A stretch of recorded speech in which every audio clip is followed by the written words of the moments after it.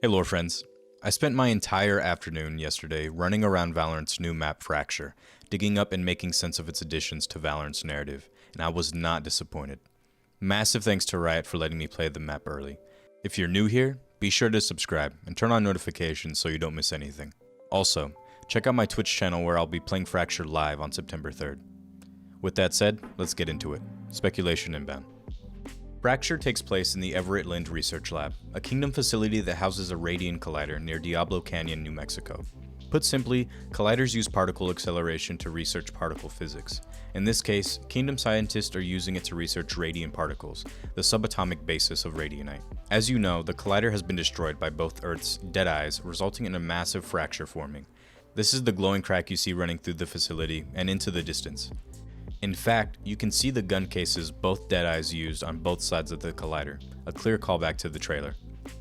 During a dev Q&A, we learned that Fracture takes place solely on Earth 1, and that it is not two places merged into one.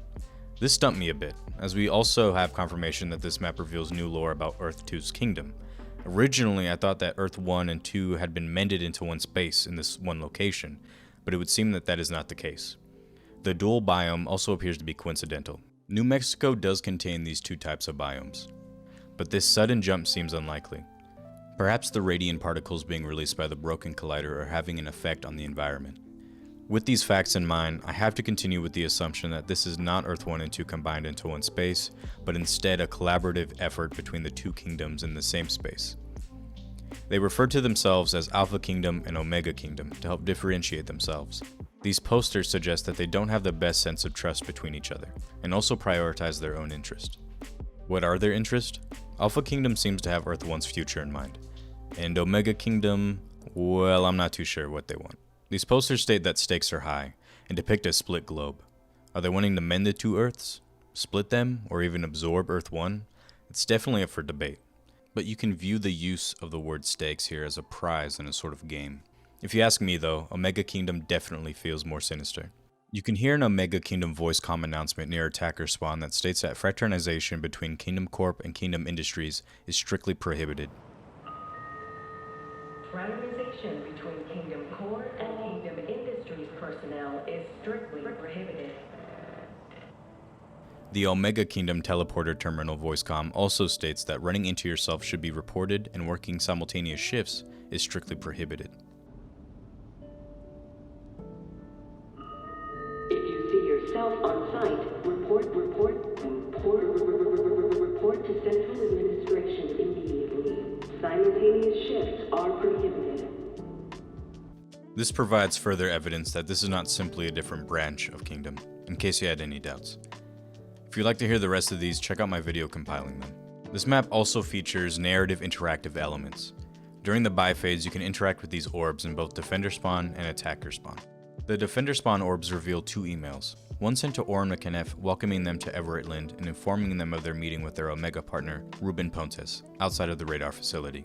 Oren is reminded to ensure all security guidance is strictly adhered to during this time working with a member of Omega Kingdom. The other orb, located on the Omega Kingdom half of the Defender Spawn, reveals an email sent to Ruben Pontes by Oren. Oren asks if Ruben's initial analysis of the collider is finished. He follows by venting his paranoia about some experiment to follow, wanting to double check everything. He requests to do another walkthrough of the Eastern support structure with him. The final orb is found in Attacker Bridge, and is simply Paul Delman's level 5 security clearance card. You might recognize Paul from this Battle Pass card, and the Icebox kitchen display, which recognizes him as the Employee of the Month.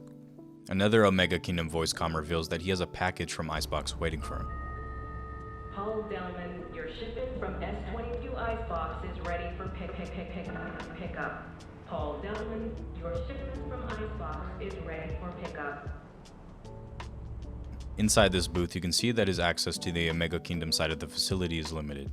He seems to be processing a work order on the satellite array. Time to address the elephant in the room. The Radianite in possession of Omega Kingdom is orange. If you've been playing since the beta, you'll recognize this as the previous Radianite color. It seems Radianite from Earth 2 is orange, and it has impacted Kingdom Industries' color choices. The question now is, does this Radianite have different properties? It's possible that the Earth 2 Radianite works better with transportation technology, evidenced by the teleporter terminal and possibly by Mirror Agent's ability to traverse the Mirrorverse. Also worth noting, Both Earths use the same radionite hazard symbol. It may also be the case that this collider requires both radionites to be present, warranting the collaboration in the face of distrust. That being said, Earth 2 attackers helped themselves to both radionites. There also seems to be a discrepancy with the term radian. In the email we clearly see it as radian, but on this poster and this display it is radion. Possibly a simple typo. We'll update once we find out. This satellite dish was used to tease Fracture way back in December. This glitchy image shows Killjoy standing in front of it.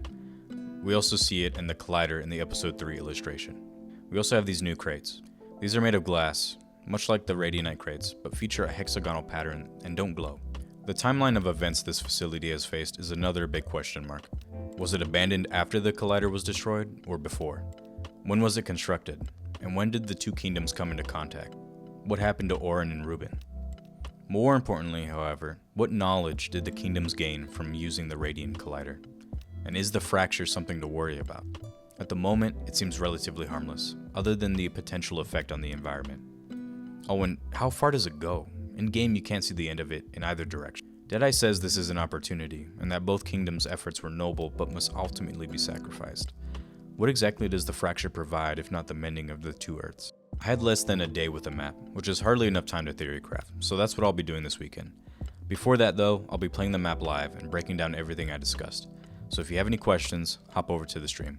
Link down below. Afterwards, I'll be playing the map as intended, so stick around for that too. I've also uploaded some other videos featuring Fracture, including all of the Tactiphone locations. Be sure to give those a watch.